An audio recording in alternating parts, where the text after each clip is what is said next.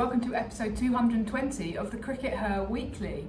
As you may be able to tell from our backdrop, we are at Bristol for Storm v Vipers in the Charlotte Edwards Cup, which is going to be getting underway shortly. So Sid, let's start off with the Charlotte Edwards Cup. The current table looks like this. Now there's a round of matches, a whole round going on today, so it will look different probably by the time you listen to or watch this, but currently Blaze out in front with 26 points, Stars just behind them with 25, and a little bit behind those two are Vipers and Sparks, who are currently neck and neck on 13 points apiece. So the Vipers will definitely be targeting this match against the Storm, looking to get the maximum points, pick up that bonus point and try and get a little bit ahead of the Sparks. We believe that Danny Wyatt's playing today and Maya Bouchier, so full contingent of the Vipers almost. But what's the situation for qualification, Sid? Well, the answer is nothing yet. It's still too early in the competition, believe it or not, to run our analysis tool. There's still nearly 800 billion possible permutations. It would take about 50 days to run the tool. But I did a bit of brainwave last night that, of course, in terms of actual saying, well, have the Blaze in particular qualified yet? Well, all I need to do is run the tool until I hit a scenario where they don't qualify. So I did that, and I can say definitively that the Blaze haven't mathematically qualified yet. By the time we've run the 4 matches today, then we will be able to run the tool. It should take a couple of hours to run this evening. So look out on our social media this evening. We'll put up the latest status in terms of that qualification. Thank you for that, Sid. Now we've been lucky enough over the past week to watch a couple of Stars matches at the Oval and then at Lords against the Sunrisers on Thursday. On both occasions, Stars picked up a bonus point win and were quite clinical about those victories, weren't they, Sid? Yeah, they've been smashing it out of the park, and them and Blaze are significantly ahead of the other teams. Of course, you do need to remember that if you get the bonus points, 5 points for a win. So there's still 20 points to play for all the teams that have played 6 of their 10 games. So there's still quite a long way to go. And in fact, Storm, who are currently out there, they're in 7th place at the moment. They could still finish the table ahead of Blaze if Blaze lose all the rest of their games and Storm win all the rest of theirs with bonus points. But yeah, as you say, Stars have been really killing it, and Paige Schofield, she really has come to the fore with another big innings. Yeah. She's having another purple patch. She had that purple patch at the beginning of last season where she got those couple of hundreds just after she moved over to the Stars, and she's doing it all again. So fantastic for her. Now, we've actually had quite an early start this morning, haven't we, Sid? Because this match, the Storm v the Vipers, is starting at 10:30 in the morning, which is not particularly ideal on a Sunday. It's a weekend. I'm not convinced that we're going to see a massive contingent coming in for the first leg of what is a double header with Gloucestershire, Sid. Yeah, these double headers again. I mean, we've talked about them. They talked about them on the North Child podcast as well. It's worth catching up with that.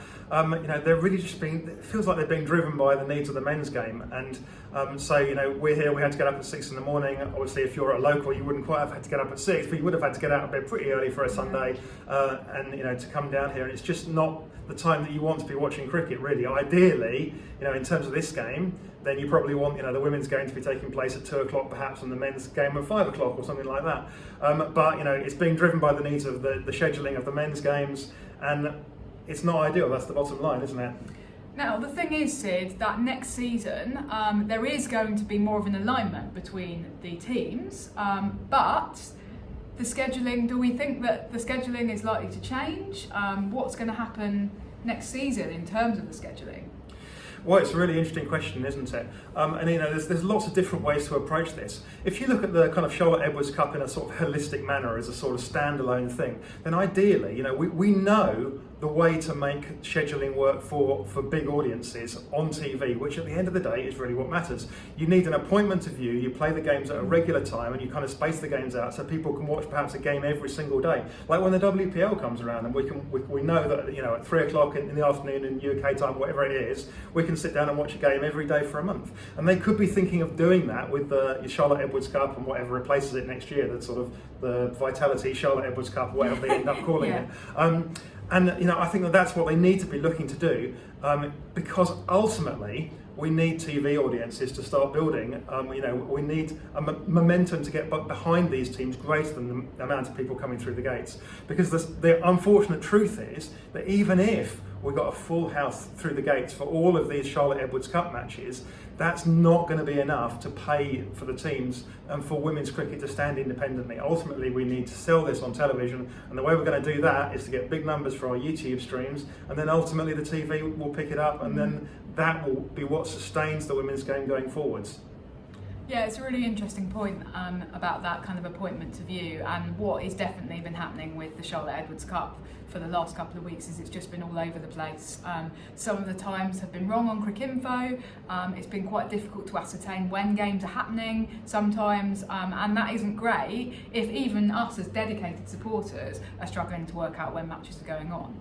I mean, I think there is obviously an inevitability now about the fact that next season there are going to be more double headers, and probably the domestic women's T20s will be exclusively double headers, because lots of counties will think that that is the most efficient use of resources, right? A lot of them are struggling for money, and so staging the games on the same day works best from a financial perspective. So from that respect, you then have to work backwards and go, okay, how do we make double headers work? And we talked a little bit about this last weekend.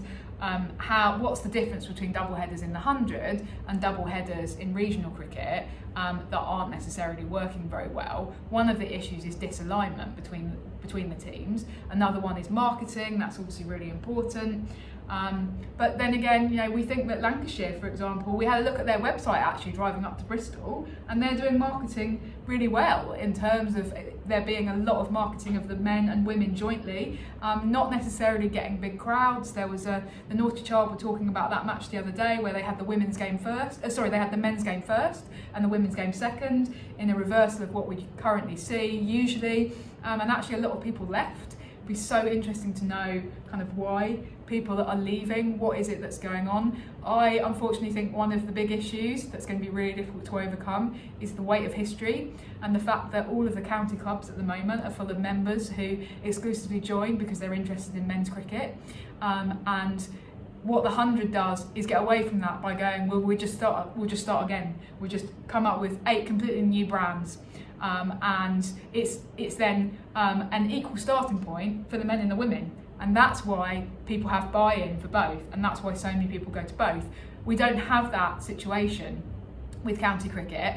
It's very unlikely that the ECB are going to say, oh, let's just tear up county cricket and start all over again for the benefit of women's cricket. So perhaps the counties have got to be a little bit more creative, but let's hope that there is a bit more thought given to the schedule next season when the counties actually have full ownership of these teams again. Now, Sid, in kind of related news, there's been some, the first player signings this week, hasn't there? Ahead of the 2025 move from regions to counties. So who are the signings?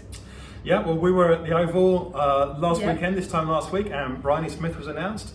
It was Surrey's big game at the Oval. And then Surrey also announced 3 more signings when we were at Lord's to see them play Sunrisers. Yeah. So they also announced Paige Schofield, and you're going to put me on the spot here, Alexa Stonehouse and ADR, Alice Davidson-Richards, who unfortunately didn't play in the game on Wednesday because she fell over during her bowling warm-up. Yes, exactly. So a little bit of disappointment for ADR, but great for the other 2, Paige and Alexa Stonehouse, who both had pretty good games on Thursday. And I actually interviewed Bryony Smith after the game at the Oval, and also interviewed Paige Schofield after the game at Lord's, and was able to get a little bit more of an idea as to what's actually going on with Surrey. So interestingly, the process so far for Surrey seems to have been quite informal. And I think that's probably linked to the fact that they're signing a lot of their existing Stars players. They're just basically almost morphing seamlessly from the South East Stars into Surrey, right? So all of the signings so far have been players who currently play for them who have just signed. So both Bryony and Paige talked about just having had a nice kind of informal chat over coffee with the director of women's cricket, Emma Calvert, and she just said, look, we want you to play for us, and they were like, yeah, sure, okay. Which actually is quite nice, really. It suggests that Surrey are getting a few things right in terms of those players wanting to continue in that environment, and we're assuming that the coaching team is going to continue over as well, although haven't had that confirmed, but it's going to look like a very similar environment, which is quite similar. The other thing that Bryony Smith actually said, which I was interested in, is that even though she'd been the kind of first pick as the captain, she is not having any involvement in assembling the rest of the squad. And she actually said she thinks that's right, because she doesn't really want to be involved in that. I guess because it involves a lot of her mates, right? And I think it would make for an uncomfortable few weeks if she's trying to captain this team and looking around, people are looking around going, oh, is she looking at me, and wondering whether I should play for Surrey next year. Well, it's very interesting, Raf, because of course we're expecting out here today to be Heather Knight, who's been the other sort of signing, because she hasn't signed a playing contract, but she's signed a contract to be part of the management team at Somerset. And she almost certainly is going to be selecting the players. So the players out there are going to be, performing in front of someone that's going to have a big say in whether or not, they're going to get a piece of paper put in front of them in the next few weeks.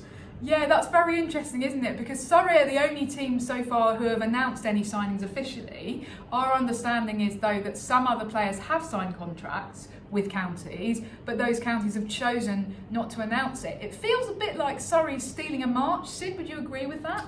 Yeah, maybe. I think that also that there's potentially an opportunity if you get, like a whole load of signings. Once you've got like 9 or 10 people signed, you could put together a big media day, and I wonder if that's what we're going to see, that we might see some sort of 9 or 10 signings, including perhaps some big names, and possibly some England players, which we're going to talk about in a minute, I think. And then you could put together a really big like media event, at your stadium, and then you might get people turning up. So, I think maybe we're going to be seeing that. Okay, so other teams are holding off to make a load of signings at once. Oh, very interesting.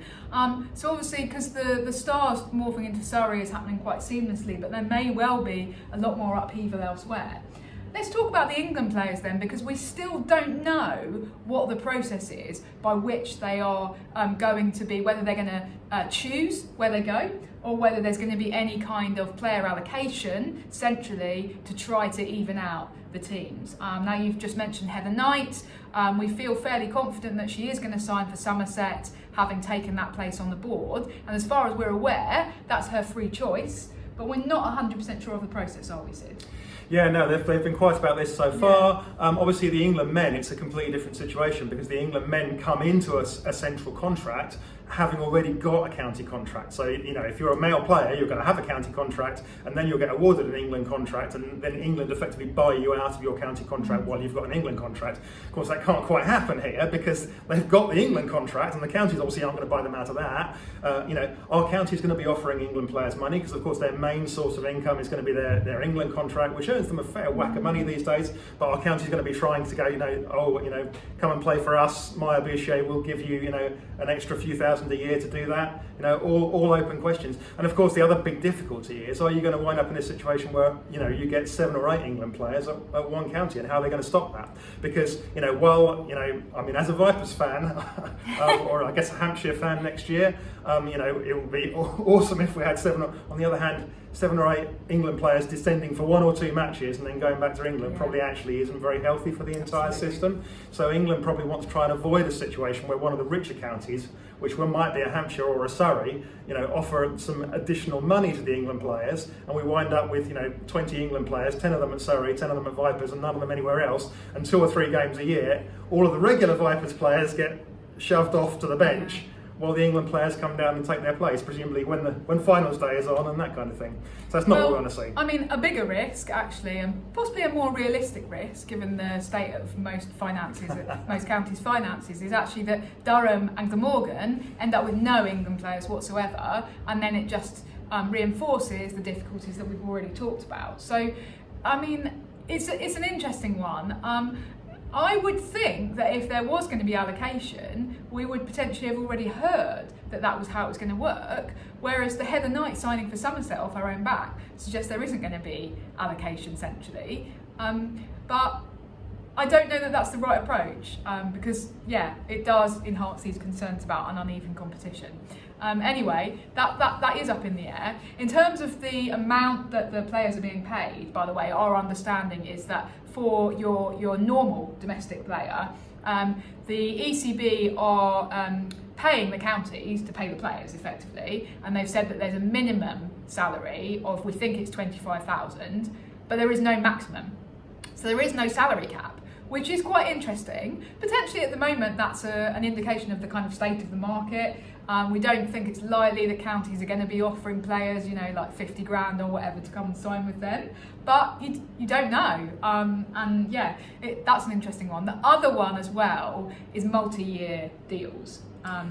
Yeah, I mean, we asked Paige Schofield about this, and she was a little coy in public, but we understand that there have been multi-year deals, offered to the Surrey players. So we assume that if they've been offered, that they've taken them, because why wouldn't you?